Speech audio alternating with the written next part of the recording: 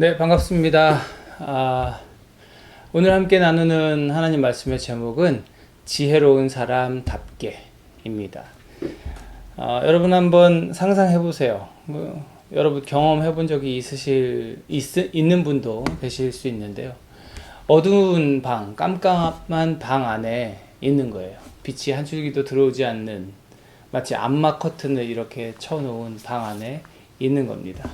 아무것도 없는 것 같이 느껴지는 그 어둠 가운데 있다가 갑자기 커튼을 열어 젖히는 거죠.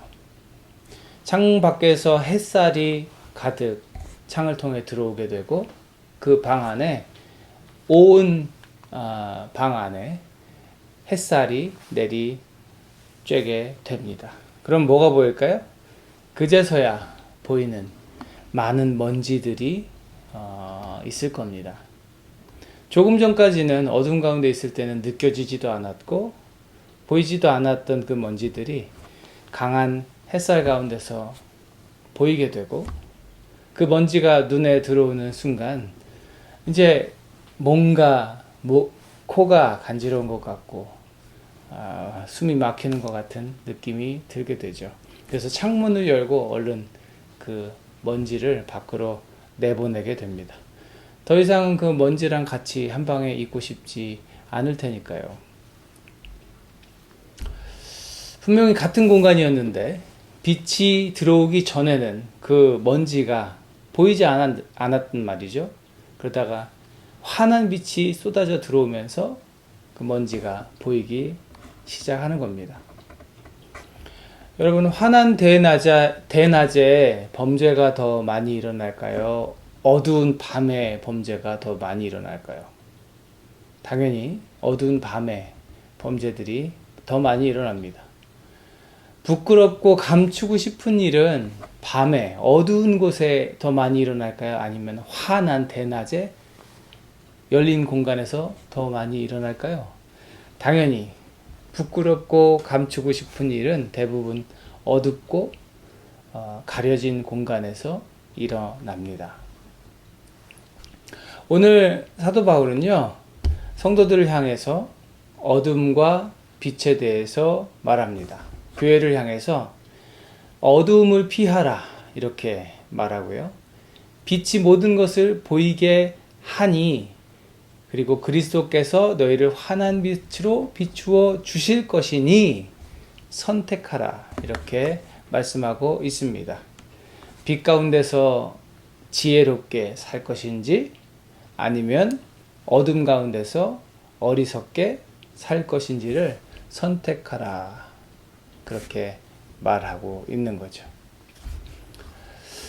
에베소서에서 사도 바울은 이 미련한 자에 대한 특징에 대해서 이렇게 이야기합니다. 오늘 말씀 11절 12절에 보면 사도 바울이 교회를 향해 이렇게 말해요. 여러분은 열매 없는 어둠의 일에 끼어들지 말고 오히려 그것을 폭로하십시오. 그들이 몰래 하는 일들은 말하기조차 부끄러운 것들입니다. 사랑하는 여러분, 성경에서 빛이라고 하는 것은요, 진리, 의를 상징할 때 많이 쓰이는 상징입니다. 지난주에 나누었던 우리 말씀 가운데 바울이 이렇게 성도들에게 권면했잖아요. 여러분은 전에는 어둠이었으나 지금은 뭐라고요? 주님 안에서 빛입니다. 빛의 자녀답게 사십시오. 전에는 어둠 속에 있었는데 지금은 빛 속에 있다 이렇게 말하는 게 아니라 빛이 되었다 이렇게 말하고 있어요. 빛 그 자체가 되었다라는 거죠. 우리를 빛으로 바꾸신 분이 누구시죠? 예수 그리스도이신 거예요. 우리가 주님 안에 있기 때문에 빛이 될 수 있었던 거죠. 그 빛 대신 주님께서 우리를 진리로 비추어 주셨고 우리가 그것 때문에 비로소 그분 안에서 빛이 되었습니다. 그러니까 오늘 사도 바울은 교회를 향해서 이제 빛의 자녀, 빛이 된 여러분, 빛의 자녀답게 빛 된 삶답게 살아내라고 말해요. 그런데 어리석은 사람들이 자꾸만 어떻게 한대요? 어둠 속으로 다시 들어가려고 한대요. 어둠 속에 들어가서 몰래 해야만 하는 일들에 자꾸 이렇게 연관이 된다는 거예요. 아까 제가 말씀드렸던 것처럼 방 안에 그 먼지 구덩이와 같은 그 방 안에 머물려고 한다는 거예요. 성령으로 충만하면 열매를 맺을 수밖에 없는 아름다운 삶을 살 수 있는데, 이미 우리 안에 성령께서 계시기 때문에 우리에게 그런 삶이 주어졌는데, 결코 열매를 맺을 수 없는 어둠으로 자꾸만 돌아가려고 그곳에 관심을 두더라, 사도 바울은 말합니다. 그러면서 성도들을 향해 이렇게 권면하는 겁니다. 빛이 폭로하면 모든 것이 다 드러나게 됩니다. 드러나는 것은 다 빛입니다. 그러므로 잠자는 사람아 일어나라, 죽은 사람 가운데 일어서라, 그리스도께서 너를 환히 비추어 주실 것이다 하는 말씀이 있습니다. 그러니 사도 바울의 입장에서 볼 때 이미 빛이 된 여러분, 빛으로 사세요. 왜 자꾸 어리석게 어둠으로 돌아가려고 합니까? 라고 말할 수밖에 없는 거죠. 사도 바울이 말하는 어리석은 사람의 두 번째 특징은 이런 겁니다. 술에 취하지 마십시오. 거기에는 방탕이 따릅니다. 여러분, 18절에서 말하는 술과 성령, 18절에서는 술과 성령에 대해서 이야기하고 있는데, 이 취함으로 표현되는 두 가지가요, 매우 유사합니다. 여러분, 구약 성경의 그 장면 혹시 기억하세요? 간절히 기도하던 한나가 소리를 내지 않고 입술만 움직여서 기도하는 모습을 보고 엘리 제사장이 뭐라고 해요? 아침부터 이렇게 술에 취해 있으면 어떡하냐고, 술에 취하지 말라고. 그러니까 실제로 성령에 충만한 상태는 마치 술에 취한 상태와 얼핏 비슷해 보일 수 있는 거예요. 그렇지만 이 술에 취한 것과 성령으로 충만한 것은 전혀 다른 방향에 있다는 거죠. 성령은 우리로 절제하게 하지만 술은 우리로 절제하지 못하게 만듭니다. 성령은 우리를 주 앞에 인도하고 최고의 상태, 최선의 상태로 하나님 앞에 서게 하지만, 술은 우리의 뇌를 가장 최악의 상태로 만듭니다. 그러니 사도 바울은 이제 말하는 거예요. 여러분, 이제 빛으로 사는 여러분, 술 취함을 멀리 하십시오. 술 취함으로 방탕하게 살아서는 안 됩니다. 이렇게 말하는 거죠. 술 취하지 말고 뭐에 충만하라고요? 성령에 충만하라고요. 그런데 미련한 사람들은 자꾸만 이 술 취함과 방탕에 빠진다는 겁니다. 여러분, 오늘날에 술뿐만 아니라 우리들의 상태를 최악으로 끌고 가는 수많은 것들이 있는 것을 발견하게 됩니다. 마약의 문제, 또 여러 가지 것들의 중독에 대한 문제들이 우리 주변에 있는 거죠. 그 모든 중독을 가져오는 그 모든 것들이 우리로 하여금 우리를 미련한 자로 만들 뿐만 아니라 자꾸만 어둠으로 이끌고 가게 된다는 것을 우리가 기억해야 하겠습니다. 사도 바울은 또 이렇게 말해요. 미련한 자들은 세월을 낭비한다. 바울이 교회를 향해서 이렇게 말합니다. 세월을 아끼십시오. 때가 악합니다. 이렇게 악한 시대를 사는 우리들이 우리에게 주어진 이 짧은 시간을 낭비할 수 없는 거죠. 중독된 것들 때문에 시간을 허비할 수는 없다는 거예요. 왜요? 우리는 하나님 나라를 위해 부르심 받은 사람들이기 때문에 그렇습니다. 하나님 나라를 위해 부르심 받은 백성이라면 마땅히 세월을 아껴야 하는 거죠. 그러나 미련한 자들은 어떻게 한대요? 시간을 허비한대요. 세월을 낭비한대요. 썩어질 것에 미련을 두고 시간을 쓰고 사라질 것들을 위해 우리의 주어진 시간들을 허비한다는 거예요. 그렇게 흘러가는 시간, 세월, 그렇게 낭비하고 그저 하루하루를 허무하게 열매 없이 보내더라는 거죠. 바울이 보기에 그런 사람들은 다 어리석은 사람들입니다. 자꾸만 어둠 속에 숨어서 부끄러운 일들을 만들어내고 나를 중독시키는 것들과 함께 세월을 낭비하는 것. 이런 삶의 모습은 참으로 어리석다 할 만한 모습인 거지요. 그러나 지혜로운 사람은 다르다고 말합니다. 지혜로운 사람은 어떨까요? 그 삶에 교제가 있습니다. 펠로우십이 있다는 거예요. 하나님께서 주신 시간을 최대한 활용하죠. 내 삶을 이끄시는 하나님의 뜻을 하루하루 살면서 발견하려 애쓰고 그 뜻을 따라서 살아가려고 노력합니다. 나를 향한 하나님의 그 목적을 분명히 발견하고 그것을 따라 열매를 맺으면서 살아가는 삶이 있다는 거예요. 근데 이 삶을 혼자 살 수 없으니까 어떡할까요? 간구하고 기도하며 함께 모여 서로를 격려하며 그렇게 살아간다는 거죠. 여러분, 오늘 본문 19절 전반부에 이렇게 말합니다. 시와 찬미와 신령한 노래를 서로 화답하며. 본문의 이 모습은 성도들의 아름다운 교제의 모습인 거예요. 성령으로 충만한 사람들이 함께 모이면 드러나게 되는 아름다운 친교의 모습입니다. 펠로우십인 거죠. 사랑하는 여러분, 교회 공동체의 모습은 참으로 이러해야 하는 줄로 믿습니다.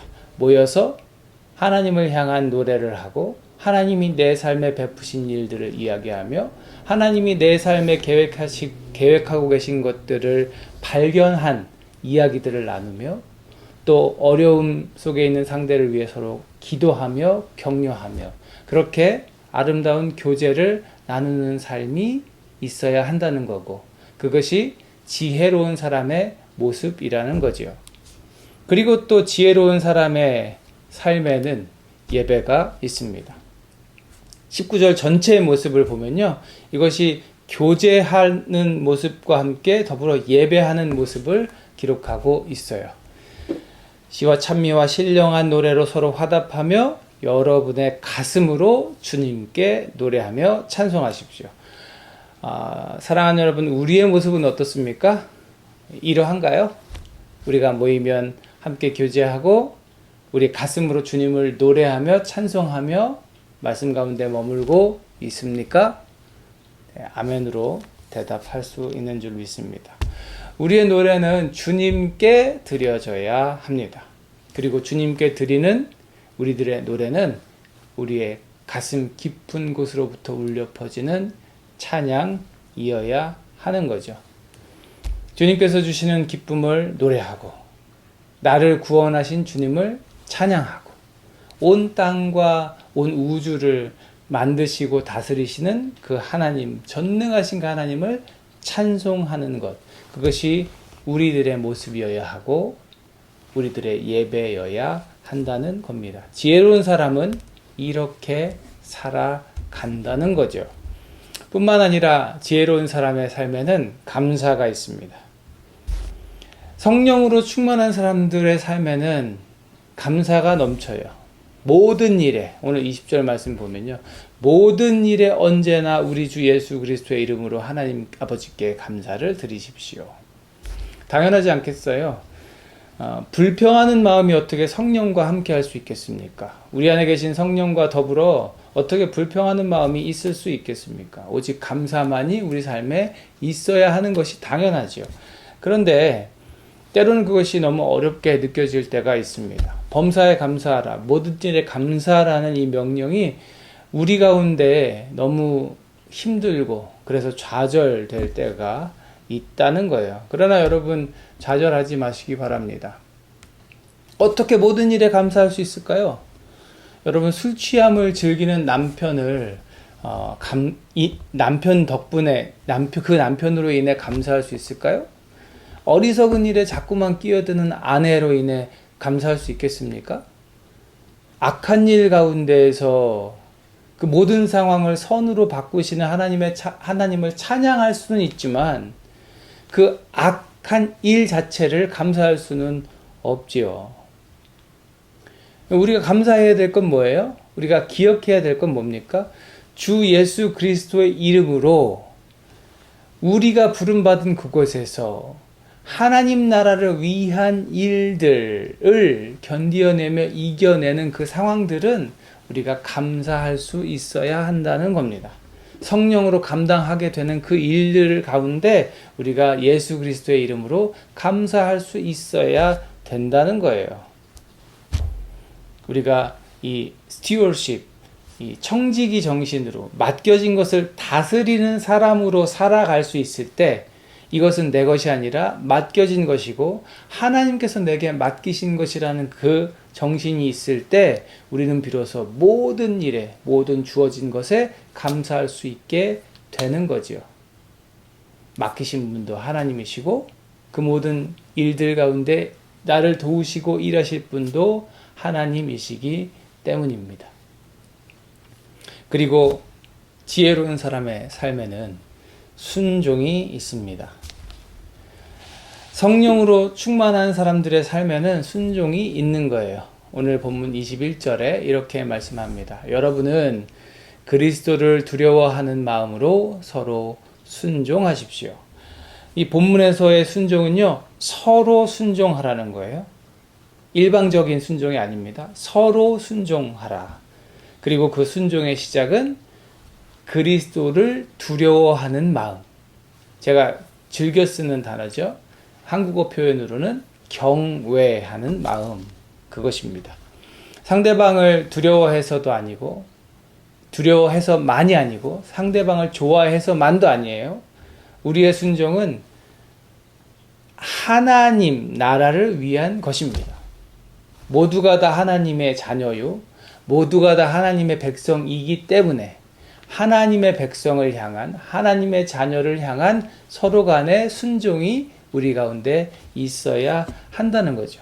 하나님 나라의 몸된 공동체를 위해서 무엇보다 그 몸된 공동체의 머리가 되시는 예수 그리스도를 위해서 우리 가운데 순종이 있어야 한다는 것입니다.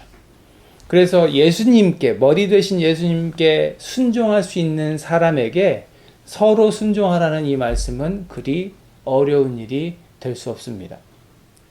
성령으로 충만한 성도들은 예수님께서 주신 그 계명, 하나님을 사랑하고 이웃을 사랑하라는 그 계명 앞에 순종하기 때문이죠. 그리고 성령의 첫 열매가 뭐예요? 성령의 9가지 열매 여러분 잘 아실 텐데 사랑이지요.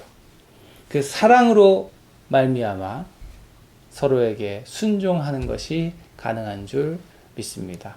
사랑하는 여러분, 이제 말씀을 좀 정리하겠습니다.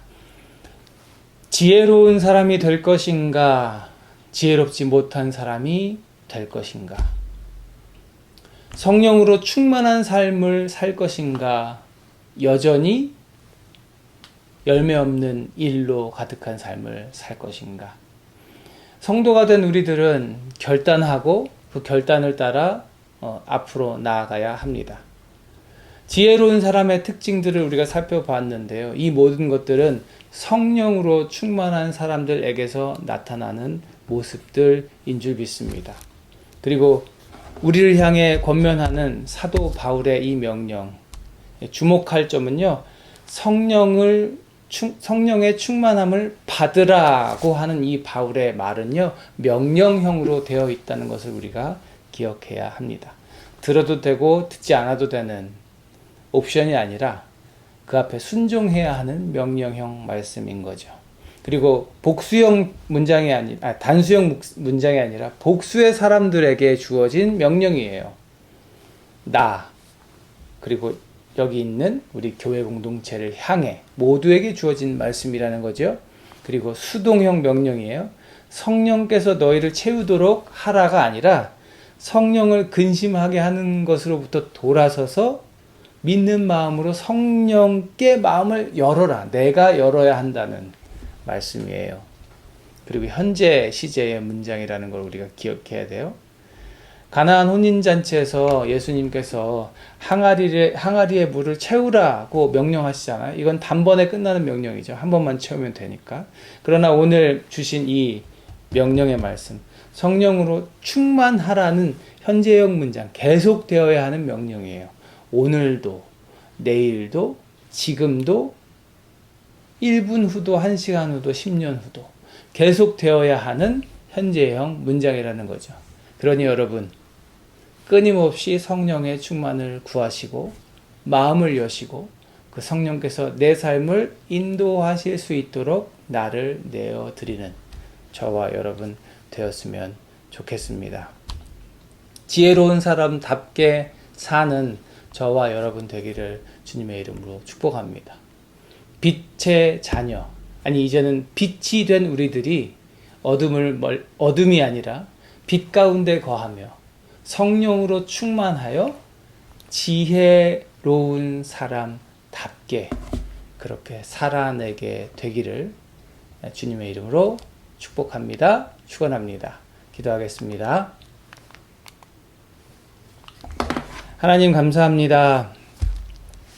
우리를 자녀 삼아주시고 예수 그리스도의 십자가로 인하여 그 예수 그리스도를 믿는 믿음으로 인하여 이제 빛 가운데 거하게 하시며 빛으로 세우신 주님을 찬양합니다. 우리를 이제 그 빛 가운데 살게 하시고 지혜롭게 성령으로 충만하여 성령의 열매를 거두며 살게 하십니다. 그렇게 살라고 명령하십니다. 그 명령에 순종하여 그렇게 지혜로운 사람으로 우리의 삶의 현장에서 살아내는 여기 있는 주의 백성들 다 되게 하여 주옵소서. 이제는 우리 구주 예수 그리스도의 은혜와 아버지 하나님의 무한하신 사랑하심과 성령님의 내주 감화, 감동, 교통하심이 지혜로운 사람답게 살기로 결단하고 다짐하며 성령의 충만을 더욱 간구하는 여기 있는 주의 사랑하는 백성들 머리 위에 이제로부터 영원토록 함께 하시옵기를 간절히 축원하옵나이다. 아멘.